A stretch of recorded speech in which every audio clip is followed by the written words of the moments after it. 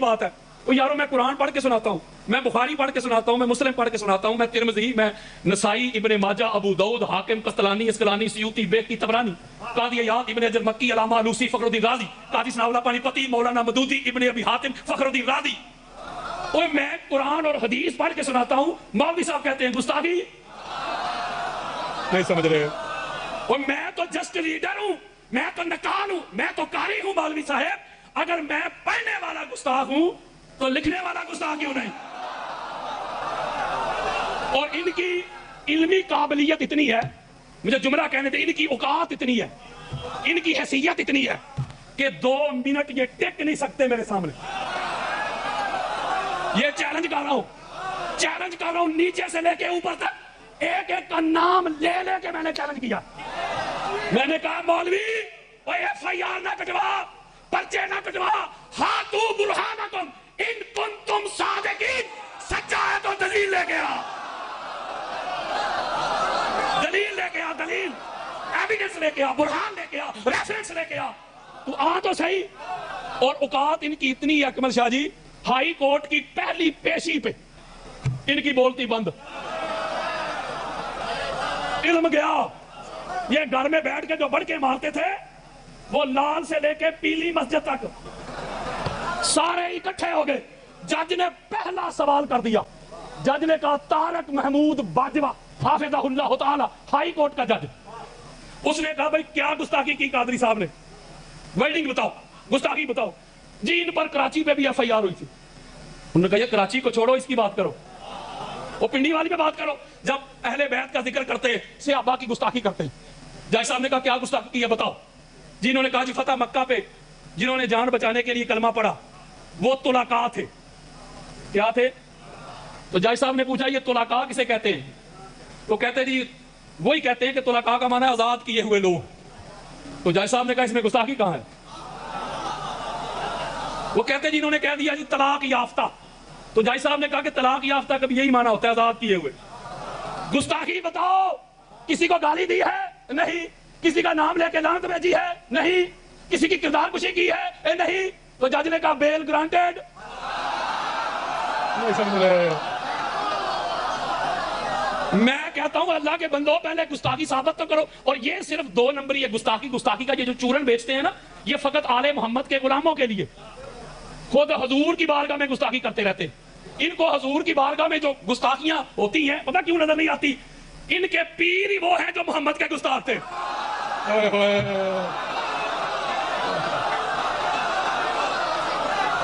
جن کو بارگاہ مصطفیٰ کے آداب کا نہیں پتا تھا، یہ بارگاہ مصطفیٰ کے آداب ہیں، آوازیں پست رکھنی ہے، یہ بارگاہ مصطفیٰ کے آداب ہیں، ٹو بی فرینک نہیں بلانا، نبی کا پلو نہیں کھینچنا، یہ بارگاہ مصطفیٰ کے آداب ہیں، حیا کرنی ہے، نظریں نیچے رکھنی ہے۔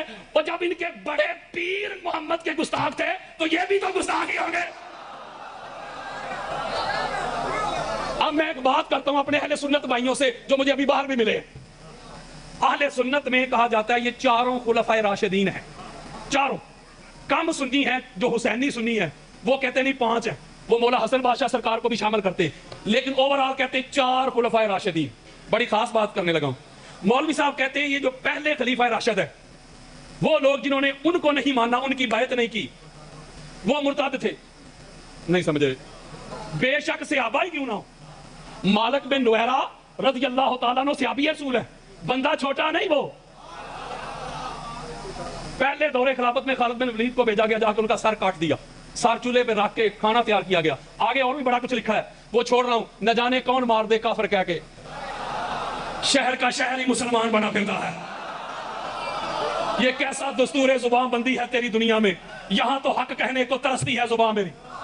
مالک بن نویرہ کہتے تھے میں اللہ کو مانتا ہوں، رسول کو مانتا ہوں، زکوٰۃ کا منکر نہیں، میں ابو بکر کو خلیفہ ہی نہیں مانتا تو زکوٰۃ کیوں دوں؟ نہیں سمجھ رہے۔ وہ کہتے ہیں حضور نے مولا کا ہاتھ پکڑ کے کہا تھا کہ یہ خلیفہ ہے میرے بعد، یہ میرا نائب ہے، یہ میرا جانشین ہے، یہ میرا وصی ہے، تو میں زکوٰۃ کا منکر نہیں۔ نہیں سمجھ رہے۔ تو سر کاٹا نا، بولے یار سر کاٹا کس کا؟ صحابی کا۔ مولوی صاحب کہتے ہیں بھائی وہ مرتد ہو گئے تھے۔ عجیب بات ہے مولوی صاحب، ایک طرف کہتے ہو ہر صحابی نبی جنتی جنتی،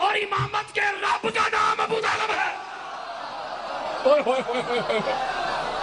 آپ پریشان ہو گئے. قادری صاحب آپ نے یہ کیا کہہ دیا؟ سرکار ابو طالب علیہ السلام کو رب کہہ دیا. رب اللہ کا صفاتی نام ہے، ذاتی نہیں. چلو تم کو سرکار ابو طالب علیہ السلام کو رب کہنے سے جو مروڑ ہے، پڑھ قرآن. اللہ نے نتھو خیرے لنڈی بچی دے پیواں نوں بھی رب کہا. وَقُلْ رَبِّ ارْحَمْهُمَا كَمَا رَبَّيَانِي صَغِيرًا. تو سرکار ابو طالب کی ذات کی طرف منہ کر کے بھونکتے رہتے ہیں، تو یہ پھر بھی گستاخ نہیں. ایک وہ لانتی تھا سیدہ کائنات کی طرف منہ کر کے بھونکا تھا، وہ پھر بھی گستاخ نہیں. مولا علی علیہ السلام کو ان سے افضل کہتے ہو جو 7 سال تک بھی کفر میں رہے، پھر بھی تم اہل بیت کے محب. میرا قصور پتہ کیا ہے؟ یہ جو لٹھ لے کے میرے پیچھے چڑھ گئے ہیں، واللہ باللہ تاللہ میں نہ کسی کی گستاخی کرتا ہوں، نہ کسی کو گالی دیتا ہوں، نہ گلوچ دیتا، کچھ نہیں کرتا. ایک ہی جرم ہے میرا، نہ میں نے نئی حدیثیں گڑھی ہیں، ایک ہی کام میں نے کیا ہے. جو ہماری کتابوں میں آل محمد کے دشمن چھپے ہوئے تھے نا، میں نے کھول کے ان کو ننگا کر دیا. بس یہ کام میں نے کیا. ان کا راز فاش کر دیا ہے، ان کو ایکسپوز کر دیا ہے، دنیا کو بتایا ہے. آل محمد کے دشمن کے چہرے پہ جان لو.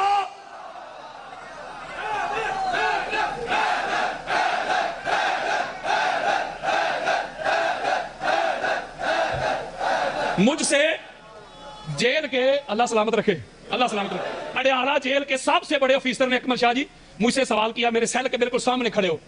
قادری صاحب آپ نے کون سی گستاخی کر دی؟ آپ آگے، آپ تو اہل بیت کا ذکر کرتے ہیں، ہم سنتے ہیں. تو میں نے ان کو ربائی میں جواب دیا جو میں نے رات لکھی تھی. انہوں نے پوچھا نا آپ کیوں آگے، تو کیوں کا جواب میں نے ربائی میں دیا. میں نے کہا لے کر ذکر علی کا ثواب آیا ہوں. او یارو، ذکر علی عبادت نہیں، عبادت ہے. عبادت ہے تو عبادت کا ثواب بھی ہوتا ہے. چلو کسی کو مجھ پہ یقین نہیں، مجھے دفع کرو. ام المومنین حضرت عائشہ صدیقہ کی مان لو، ان کے والد حضرت ابو بکر کی مان لو. یہ دونوں کہتے باپ بیٹی، وہ کہتے پاک محمد نے فرمایا تھا علی علی کرنا اللہ کی عبادت ہے. مولوی صاحب خطبات جمعہ میں سپیکر آن کر کے کہتے ہیں دیکھو شیعہ، نہ داڑھی، نہ نماز، نہ روزہ، نہ حج، نہ عمرہ، نہ زہد، نہ برا، نہ تقوی، نہ طہارت، سارا دن مجلس میں بیٹھ کے علی علی کرتے رہتے، کی فائدہ؟ وہ ان پڑھے لکھے جاہلوں کو بتائے ہم علی علی نہیں کرتے، ہم اللہ کی عبادت کرتے ہیں. یاروں کوئی بندہ ساری رات کہتا رہے قرآن قرآن قرآن، نہیں سمجھ رہے. بخاری بخاری، مسلم مسلم، بلال بلال، جابر جابر، عثمان عثمان، عمر عمر، ابو بکر ابو بکر، ساری رات کہتا رہے. آپ کہے علی علی علی علی علی علی علی. یہ جتنی بار آپ نے علی علی کہا ہے، میں نہیں کہہ رہا میری کیا اوقات ہے، یہ ان کا فرمان ہے جن کے منہ میں خدا بولتا ہے. یہ جتنی بار علی علی کہا ہے، اس نے اتنی بار عبادت لکھی ہے. پتا چلا میرے دوستوں، میرے بزرگوں، جو بندہ ساری زندگی علی علی کر کے جائے گا، علی کے فضائل، علی کے خصائص، علی کے مناقب، علی کی عظمتیں، علی کی رفتیں، علی کی عظمت کے ڈنکے بجا کے جائے گا، قیامت کے روز جب اس کا نامہ اعمال کھولا جائے گا، اس میں یہ نہیں لکھا ہوگا کہ علی علی کر کے آیا ہے، اس میں لکھا ہوگا اللہ کی عبادت کر کے آیا. میں نے کہا لے کر ذکر علی کا ثواب آیا ہوں. اکمل شاہ جی، لے کر ذکر علی کا ثواب آیا ہوں، دے کر کتاب الہی سے جواب آیا ہوں. انہوں نے پوچھا نا کیوں آئے ہو؟ میں نے کہا پوچھتے کیا ہو میری اسیری کا سبب، پوچھتے کیا ہو میری اسیری کا سبب، کر کے دشمن حیدر کو بے نقاب آیا ہوں. میں نے سنی بھائیوں کو بتا دیا ہے، اوے اے تو اڈے یار نہیں دشمن دے. پچھلے سال لندن میں ایک سید بزرگ ملے مجھے، سنی تھے. وہ کہتے قادری صاحب 80 سال میری عمر ہو گئی ہے، 20-25 سالوں سے میں ہر عالم دین کو سن رہا ہوں، ایک بندہ نہیں چھوڑا. یہ جو باتیں آپ بتا رہے ہیں یہ تو آج تک کسی مولوی نے بتائی نہیں تھی. وہ کہتے ہیں اگر یہ باتیں ہم کریں تو شیعت پروموٹ ہوتی ہے. نہیں سمجھ رہے، شیعت کو تقویت ملتی ہے، تو لہذا شیعہ کی زیادتی کرنی ہے. اوے میرے سنی بھائیو، اوے رب دا واسطہ دے، شیعہ کی زد میں آل محمد سے منہ نہ بولنا. اگر انسان کے عقائد سے، نظریات سے، ویژن سے، تھاٹ سے آل محمد نکل نکل جائے نہ نماز بچتی ہے، نہ روزہ بچتا ہے، نہ حج بچتے ہیں، نہ عمرے بچتے ہیں، نہ قیام بچتے ہیں، نہ رکوع بچتے ہیں، نہ سجود بچتے ہیں، نہ ایمان کی رتی بچتی ہے۔ ایمان تو نام ہی اس گھر کی غلامی کا ہے۔